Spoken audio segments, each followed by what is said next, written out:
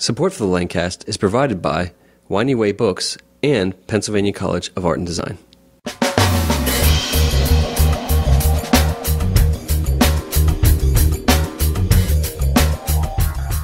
Welcome to the Lancast. I'm David Moulton. And I'm Keith Slesser.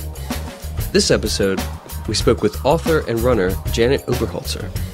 Janet shares about the traumatic accident that changed her life forever. And we were involved in a 6-vehicle accident. And the other 5 vehicles were semi-trucks. So unfortunately, the impact to, we were traveling in a motorhome, and the impact to it was right in the passenger corner where I was sitting. My husband and kids, thankfully, were okay, but unfortunately, I wasn't. Later, she tells us about the recovery process that brought her back into running and allowed her to blossom as a writer. And it's kind of interesting to me how it happened. As I slowly got back into running, I slowly started writing more. To me, there's such a parallel, I can't even separate them anymore. And for a long time, my life was one step at a time and one word at a time. Enjoy the conversation. Janet, welcome to the show. Hello, nice to be here. So you have a pretty amazing story here. Why don't you get us started off on that?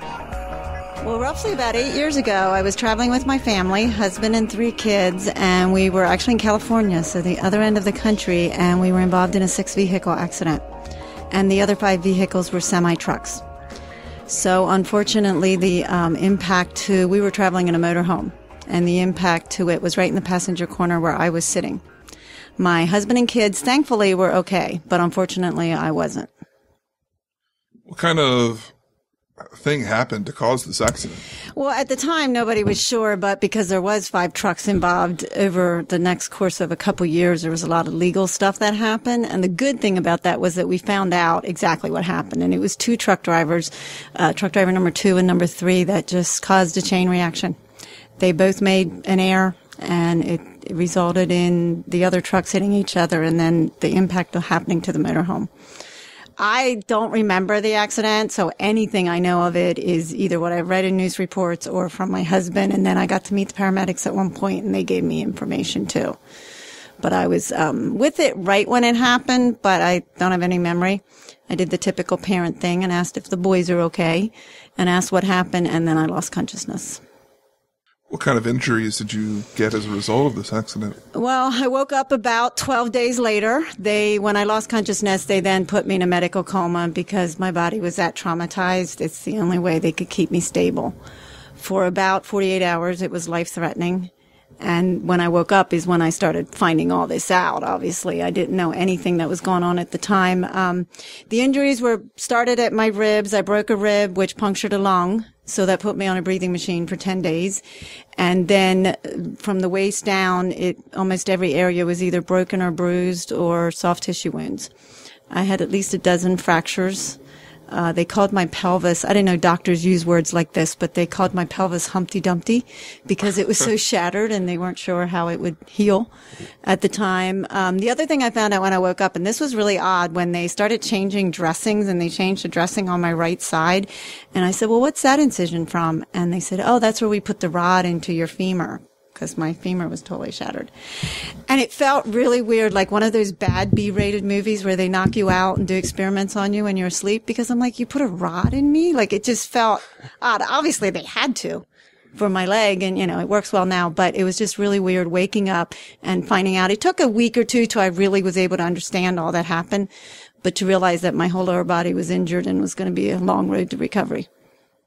Coming out of the accident, when you started to be able to think clearly, where you knew what had happened, you heard the story of what had happened. How did that emotionally affect you at that point? Thinking of, I don't know what the doctors were telling you as far as your recovery or anything, or what were the doctors telling you as far as your recovery? And doctors are very cautious what they're going to tell you. Plus, they don't know at that point because everybody's body responds differently. When they kept me in the coma, they put you on sedation meds and then they lessen them slowly. They don't just take it off suddenly. And so you wake up kind of, it's like the room's all foggy and hazy, and I'm kind of like, I'm in a hospital. And then I remembered that we were in an accident with trucks, though I don't really have a memory of it. But when I was in a coma, the doctors told my husband to tell me, even though I wasn't responding back to him, they said, just tell her what happened so that she has some kind of an idea. Because somehow your memory retains that even if you don't remember it happening. So I knew we were in an accident, but my first thought was, because we were on this trip around the country, it was a once-in-a-lifetime trip. And my first thought was, I wonder how soon we can get back on the trip. Well, obviously, I had no idea how bad I was injured because that wasn't happening. And then as I woke up more and I'd see the incisions as they were changing them, or I'd hear conversations more about I had screws in my ankle too, then, of course, I started realizing, okay, we're not going to get back on the trip and this is going to change my life a lot. But at that point, I was pretty optimistic just in the sense that I'm a Pennsylvania Dutch farm girl who knew about hard work. I'd been a runner for 10 years, and so I knew about endurance. And so I kind of had the attitude at that point, well, I'll just work really hard and get over this. And which was good because it helped me work hard at physical therapy, but I really didn't even allow myself to process it emotionally right away. It was just like, oh, I'm in California, 3,000 miles from home. My first goal was get well enough to fly home. And 6 weeks later, then I was well enough to fly back. But all my energy just went into doing what I had to do to get through a day. And you kind of block off emotions at that point. I've seen in some of the pictures for the book, which we'll talk about in the second half, your leg is missing a substantial part. What exactly happened there? That was the big injury that they, at first after I woke up, still sent me to OR for dressings, changes, and all that. And I kept hearing about this big injury on the left leg, and that the first week they had actually thought about amputating. They thought that it would not heal and that they needed to amputate. And then one day my doctor comes in and said, well, tomorrow we're going to change your dressing, but we're going to do it at bedside instead of taking you to OR. And I'm like, no, I want to go to OR because I don't faint when I see blood, but I also don't like to see blood, especially not my own. So I didn't want him to change it at my bedside, but all I knew was that I had lost a substantial amount of soft tissue and there was no skin on there after the accident either. And that they had done major skin grafts from my thighs to cover it with skin. So they changed my dressing at my bedside the next day, and I promptly put a pillow below my neck, so that I couldn't even see to the bottom of the bed. And I didn't look at it for about 2 months. I just had no desire to see what it looked like. I knew it hurt like crazy. I knew it was constantly bleeding and it was, cause of concern. I was on major antibiotics for it. But it was, when I got pinned, it stripped the skin off and about 70% of the soft tissue and the muscle between the calf and the ankle. And so, between the knee and the ankle. So that was the big concern of, maybe having to amputate it. But when they called another doctor in on the 4th day after the accident, he did some tests to realize that I had my 2 main veins and my sciatic nerve, which goes down to your foot. And he said, if I have those 2, I should be able to walk on it. And so he did, initial surgery was over 10 hours, and then there was multiple follow-up surgeries to try to save it. And it worked. It's an interesting looking leg, but it works better than it looks, thankfully. I was going to say, I'm no doctor as much as Keith would tell everybody that I am. Thanks, but it's nobody's believing it, Keith. Yes, me twice. But I would think that there would be muscles missing to move your foot. Do you have loss of movement? 1, and then 2. How did it work learning how to walk again? I have had limited range of motion at first because the Achilles tendon that's in the back of your ankle is attached to your calf muscle. That was still attached, but it was shortened a lot because of the injury. And so I had follow-up surgeries 2 and 3 years after the accident to stretch that. So originally it was 3 months after the accident till I took my first steps. And that was for all the injuries combined, the pelvis, the femur, and the ankle, the calf. I had to wait that long till they were all ready. And it was very, very slow. I walked with a walker for months, and then I walked with crutches and a cane for a couple more months. And it's very slow, very painful. I felt like I was a young, active, healthy 38-year-old when I got hurt, and suddenly I felt like I was 80. And so that was the beginning of when I started. You asked about my emotions earlier. Up to that point, I had done a pretty good job of stuffing them and just working as hard as I could. But once I started walking and had all the pain, and I realized, oh, this is going to stick with me for a long time. I'm not just going to work hard enough and get over it. And it was due to the pain and the limitations with it. I was so happy I could walk, but I realized that I wasn't going to be the person I was before. But I have enough of muscle there. The calf, upper calf has muscle, even though the middle of the calf doesn't. But it works amazingly well. What did you keep telling yourself when the pain was there to keep going? Like, how did you motivate yourself to keep recovering, to keep doing better and reaching the next level? You know, some of it was stubbornness. Stubbornness is not always a bad thing. And in this case, it came in handy because I was determined to get back to walking, even though initially they weren't sure. The combination of the pelvis injury and everything, they weren't sure how it would handle walking. So that was my first goal. And then after that, it just became, okay, I want to walk without, an apparatus, a walker or a cane or crutches. And so it just became always striving for that next little goal. I didn't think too long term. And though I'd been a runner for 10 years, at that point, just because I was so grateful to be walking, I didn't care if I ever ran again. I was like, at least I'm upright. I don't have to run. And so I celebrated the little victories I had along the way, which does help motivate you then. But then I still always kept reaching for more just because life is beautiful and I wanted to do more of it and didn't want to be limited by my body with what I could or couldn't do. What kind of changes happened in your home life during this recuperation time? I'm assuming that you couldn't do stairs. You had to be close to the restroom to get back and forth, those kind of things. Did you wind up moving rooms in the house or something? Well, my husband and kids suddenly turned into saints and angels and did everything for me. Yeah, they did a lot for me, but they're still human, so they didn't do everything. We actually were traveling, and so we had, for an extended period of time, and we had sold our house before this trip. We kind of put the stuff in the storage and pack our essentials and took a long, slow trip around the country. So we came back to Pennsylvania without a house. So we rented an apartment that was handicap accessible initially because I was in a wheelchair and I needed, the walker. And so it had all the bars in the bathroom and everything to help me. And we stayed there for 3 months till I was walking again and doing well. And then we bought another home in Morgantown and it was a small rancher. So it was all one floor. And so definitely had to adapt. And without a doubt, my husband and my kids did wonderful with helping me with everything, and friends and family. I have a great support system. I couldn't have done this without them. They brought meals for months. I was sad when they quit. Then one of us had to do it, but no, they were excellent. David said about, your home life, how to change. What were how are your kids responding to you, other than becoming saints and angels? What sort of things changed in their life? Like, what did they have to? I have 3 boys, and they were 11, 13, and 15 at the time. So thankfully, they were old enough that they knew how, especially the older 2, they did basic laundry. They could do, cook scrambled eggs, things like that. So they pitched in and did a lot more than they normally did.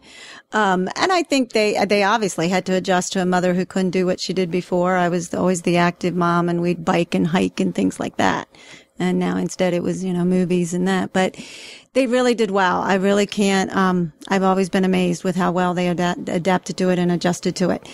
And I wasn't as much concerned with time how the accident affected them as about a year after the accident. Then I mentioned a little bit about beginning to struggle with emotionally.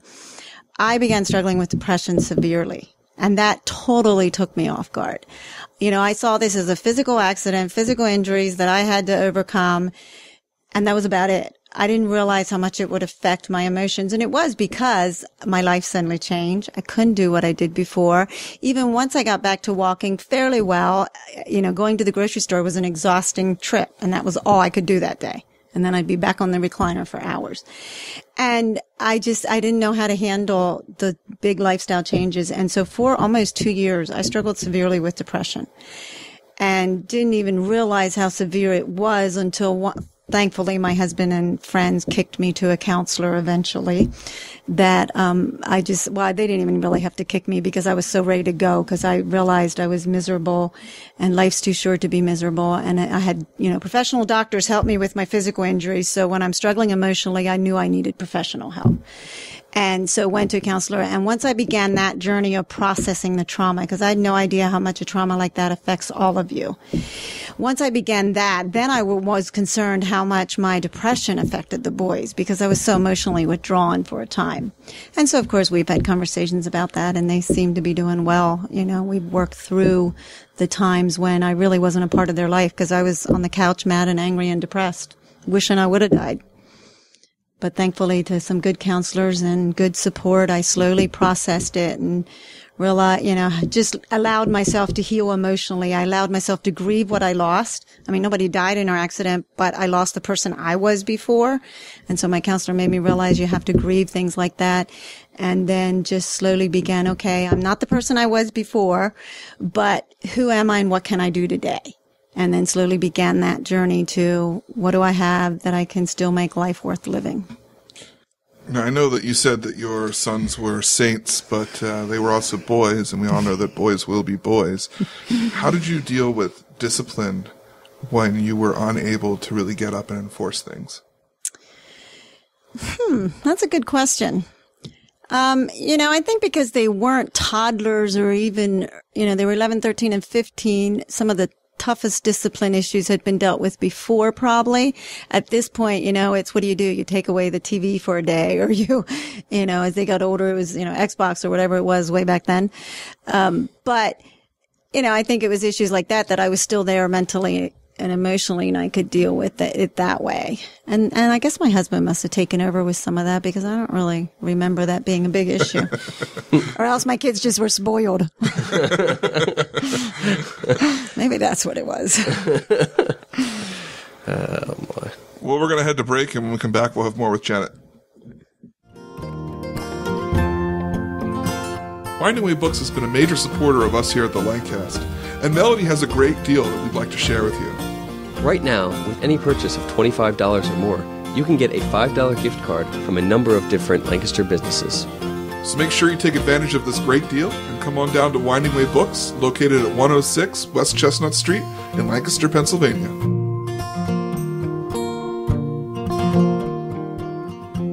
And we're back with Janet Oberholtzer. So, Janet, when did you decide that you were going to get back into running? It was not like a one-time decision. It was a slowly but surely. For about 4 years after the accident, almost every year I had a surgery. And all the surgeries were to decrease pain and increase mobility in my left leg. Because of all the injuries there, that was the one that gave me the ongoing pain and the ongoing issues. And so each time I did, in 2006, I had a surgery and got back. I started biking. It was actually part of my physical therapy to get back into biking. And that went well. I mean, everything was, much, much slower pace than I'd ever had to do before the accident. But up to that point, I had at least 20 doctors tell me running is definitely a thing of your past. You will never do it again. And after I got into biking in 2006, I started thinking about it that, maybe I could. But I didn't tell anybody at that point just because I wasn't sure. And I knew a lot of, especially my family, would think it was not a wise idea. But I then in 2008 had a final surgery. And after that, I have to give a shout out to Dr. Tuckman from the Lancaster Orthopedic Group. He's the man that did my last surgery, and I came back to him after about the third checkup. It was a final checkup, and I asked him about running again. And the surgery he had done really was very effective in decreasing the pain, and I finally got off pain meds 4 years after the accident. Thank goodness for pain meds, but I didn't want to live on them the rest of my life. And once I got off the pain meds and he gave me the clearance, he said, if you want to try running, go for it. But he said, you got to listen to your body. If something hurts more than normal, because even though I got off pain meds, I still lived with pain, and I still live with pain today. I've just learned how to manage it without meds. But I didn't even tell my husband or anybody. I went out on a trail near my house, a flat rails to trail. And I walked a lot before I ever tried running. I'd walk for a mile a day for a long time. And then one day I decided, okay, this is a day. And I was terrified. I couldn't believe how scared I was to try running. I think I was just scared everything's going to hurt. And I'm scared of that now. Yeah, this is true. Many people are. And so finally, after going for I don't know how long a walk, I just decided, you know what, I got to know. I have to know if I can or not, and ran for like 20 seconds. Everything did hurt immensely. There were even my legs had some really odd tingling feelings. I think it woke up nerves that, had been dormant for about 4 years. And that's how I began, just very, very slowly. I didn't tell anybody for like a month. It was kind of this private thing. I just wanted to see if I could do it. I figured then if I can't do it, I'll deal with the disappointment alone instead of having everybody ask me, how'd the running go? And after I did it for a month and felt like I could do it, I worked up to a mile. And then I told my husband. And then actually the 4th anniversary of the accident, which is May 20th, that was in 2008, my girlfriends often still got together on the day of the accident because it's always been a tough day for me. And I got together with my friends and I said, hey, I want to show you something out on the porch. And then I went for a run out the driveway and back. And so that's how I told everybody that I'm back to running. But at that point, I had no idea what my body would be capable of. But it was just very, very slowly that I had to re-strengthen everything. Well, I understand around the same time when you started running, you also thought about documenting this whole process that you've been going through. And it has an end result, you released a book. What made you decide, and if I'm doing the math right, you were 38 when the accident happened, and this was about 4 years, so you were like 23. Right. Yeah, exactly. Like your math. My understanding is women get younger. You guys are smart.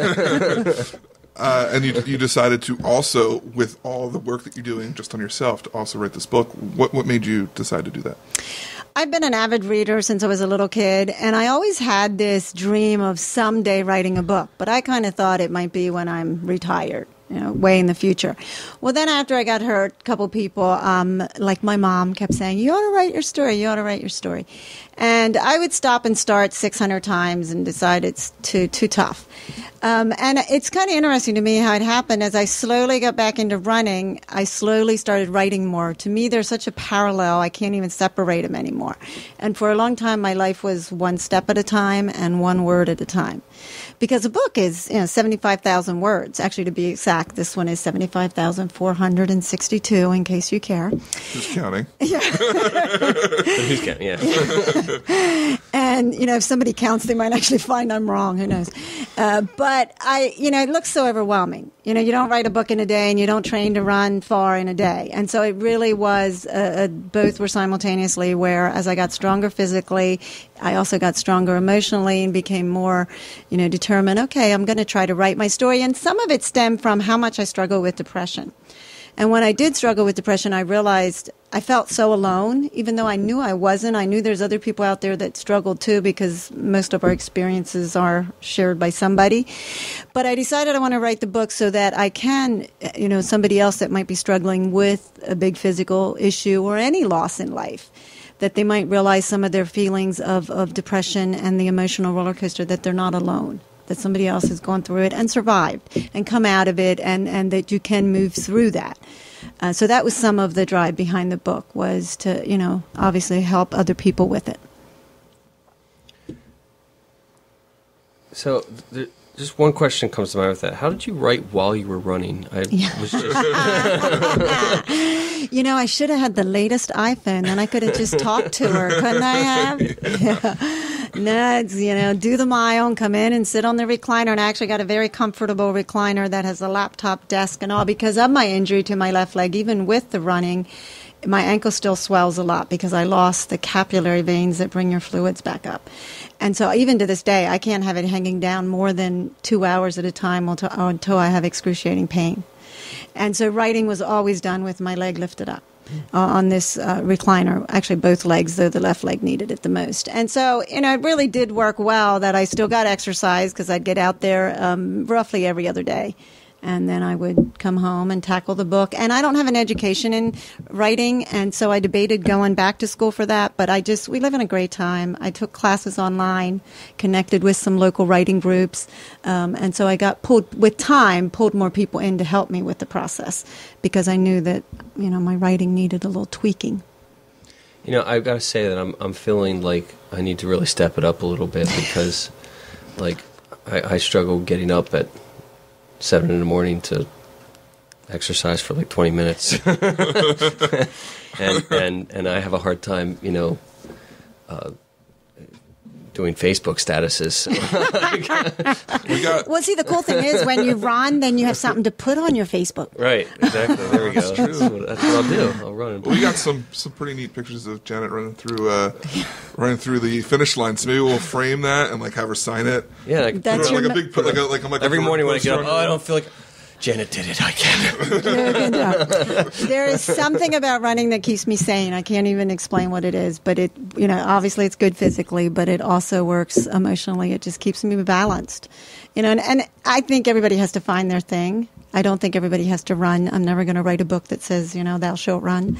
But I think everybody should move. They should find what it is, even if it's walking. Walking is wonderful. Go for a walk. There's lots of studies being done how walking is as good almost as running for you. But I'm just stubborn and like to run. When did you realize that you'd come to the end of the book? Because I feel like something like this, the recuperation phase could just go on forever and ever. Yeah, you decide you come to the end when you realize you want something left for the second book. No, it was I've always enjoyed the half marathon. A half marathon is 13.1 miles, and that was always a distance I loved before I got hurt. It's a challenge, but both in training and the day of the race, it's doable. I did one full marathon before I got hurt, way back when I was 30 or something. And I didn't even like it that it was just the distances excruciating, the training and the day of. And so I stuck to the half marathon. So that was my goal after I got hurt was, can I work back up to a half marathon? So I started with, the 3-mile races, the 5-mile races, and I'm usually the person that's, second to last or last. I'm not about speed at all. To me, it's about just running to be healthy. I'm never going to win anyhow, so why stress myself? So then I slowly worked up to a half marathon, and that's actually the book ends where I have done my first half marathon after the accident. And so that was kind of a nice place to cut it off. The next book is about how she gets and wins the marathon. They're going to. I wanted. Doctor said she'd never run, and I said I'd never win. You have a point there. You have a point.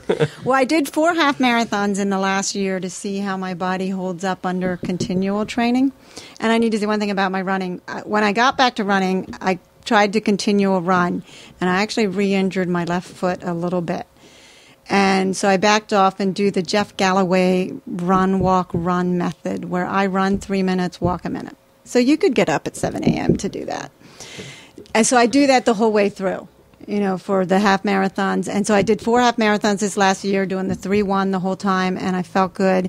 And my goal was then to train for a full marathon, which is what I'm doing right now, and we'll run on May 20th, which is the 8th anniversary of the accident. Wow. Never liked that day, and I decided I need to own that day, and so I'm going to see if I can do a full. So I'm doing Bob Potts in York, which goes from York to Maryland and back on the Heritage Trail. Wow. That's impressive. I'll drive. Okay. I'll drive 26 miles. I can ride my bike. I can be like Mickey, the trainer, running behind. Yeah. Come on, you can do it. During the race, have water bottles, and at the end of the race, have some Cabernet there for me, and I'm good. There we go. There we go. Well, as Keith brought up, the doctor said you couldn't run. You were like, no way. But then you said, I can't win. And we're like, no way. Have you always had a go against the grain, stubborn kind of outlook on things? What makes you ask that? I'm sweet little angel. Yeah, actually, asked my mother that question. Yeah, I have. I was born asking why. And I've been asking it ever since. And I think that's actually some of what didn't cause my depression, but maybe fed it a bit, because for a long time I wanted to know why this happened. Well, there's mysteries in life, and you're not going to figure these things out. And so I did also go through a major time of struggling with the big old question of why do bad things happen? Why is there so much pain in the world? And not just my own pain, but I realized so many people in the world have more pain than me. And my why question fed that a little bit. And I just had to come to a time where, there's mysteries you don't know. But I am definitely, life is too short to stay with the status quo. Get out there and do what you can. And like you said, doctor said I'd never run. My book actually won a publishing contest last year, which I never thought that would happen. And so then it was published in the fall by Rhinestone Publishing. And so who knows what will happen next. Gravity says you can't fly. Get on that one. Yeah, I'll leave that for somebody else. I'll leave that for my son. He's working for Boeing this summer, so we'll see what he can do. Hey, that would be a good company to work for that. Well, Janet, thanks so much for coming on the show. If people want to learn more about you and about your book, how can they do that?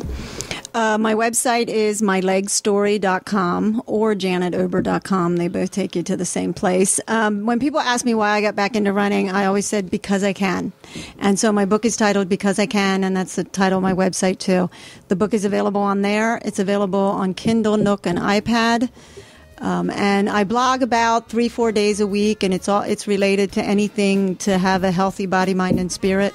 And I also have a page on there called Your Story, because I've realized I know my story now inspires people, and I actually do a lot of speaking, anywhere from middle schools to senior centers and anywhere in between.